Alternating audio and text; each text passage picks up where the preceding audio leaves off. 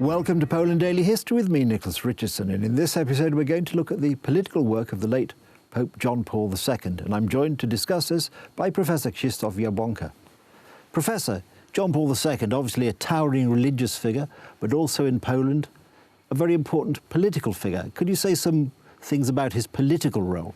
Trzeba pamiętać, że wielkie przebudzenie religijne. It must be remembered that the great religious and thus moral awakening of the nation came on the millennium of Poland's baptism, that is in 1966. This event was led by Cardinal Stefan Wyszyński. He was the one who promoted the Archbishop of Krakow, Karol Wojtyła, to co-host this special event. When the Second Vatican Council, which significantly reformed the Catholic Church, ended, Karol Wojtyła began to play an increasingly important role. When on October 16, 1978, it was announced that a cardinal from Krakow would be the Pope of the Roman Catholic Church, it was no surprise to us.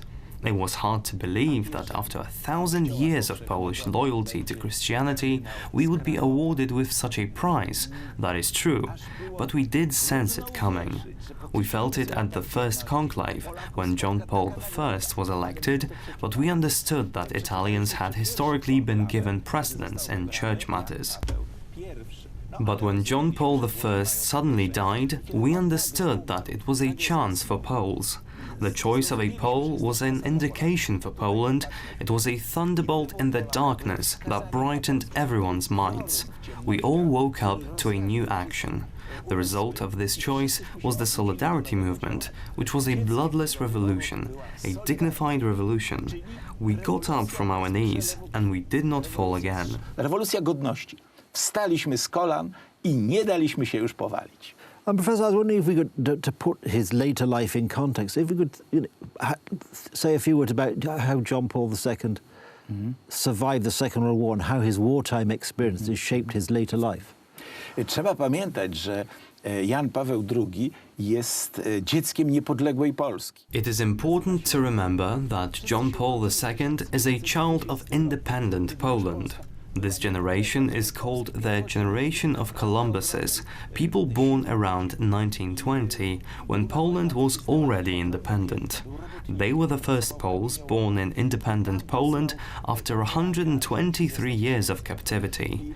The Second World War left a huge mark on Karol Wojtyła.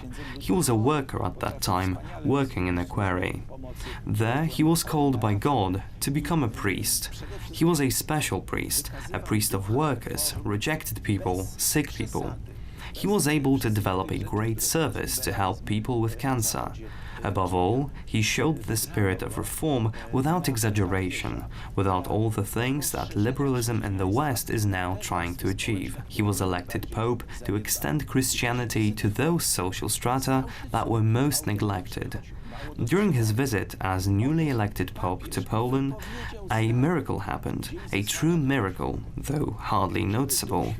The Pope uttered a memorable sentence on Pentecost: "May thy spirit descend and renew the face of the earth, this earth." The communists laughed at a madman who believes in the Holy Spirit, who came from Rome. But he was right, this spirit did change people. A year later, Solidarity was formed, supported by the Holy Father's wonderful words. It is supposed to be a transformation without bloodshed, without hatred. It was very difficult. The Polish nation suffered really great harm. I was banned from leaving the country for 10 years at a young age, and we had to forgive all this in order to start building a new society. Both in 1980, when Solidarity was being formed, and in 1981, when the communist regime imposed martial law on us, Poles persevered, thanks to the Pope. He would visit his home country every 3 years. He would always come and leave us with words relevant to the current situation. As we followed him, we knew that we were moving towards freedom. Interestingly, even the Soviet Empire was retreating from him. Russia never let him into its territory, even when Russia was no longer governed by the Soviets. He declared war and won it. It was a war of spirit over matter and materialism. This war was won not only because the nation knew what to say, but we knew what to do. We retained a sense of true, normal human relationships, which we could return to. When the Russian people were given the possibility of the same freedom, they no longer knew what to return to. Therefore, the dictatorship came back. We did not allow for that. The Polish people came back up whenever they were knocked down.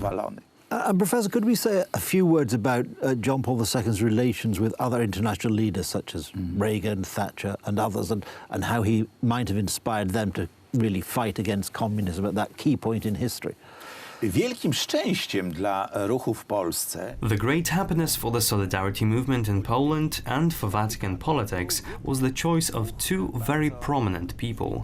The United States chose Ronald Reagan, who clearly preached the two theses, the Reaganomics, or New Economy, and the firm opposition of evil. stanowcze przeciwstawienie się złu, aż do doprowadzenia do Gwiezdnych Wojen. Until he eventually won Star Wars. Finally, in Britain, Margaret Thatcher was elected, who mobilized the entire British Empire against the influence of communism, which was finally treated as hostile and threatening to the future. John Paul II was able to bring this together and point the way for these countries to go, not to fear Russia. He clearly stated that it was a giant on clay legs. He said, "I did not overthrow the Soviet Union, I only leaned against it." Communism broke down upon itself because it was already rotten from the inside. John Paul II understood perfectly well the principles of communism and, above all, the deceptions he used.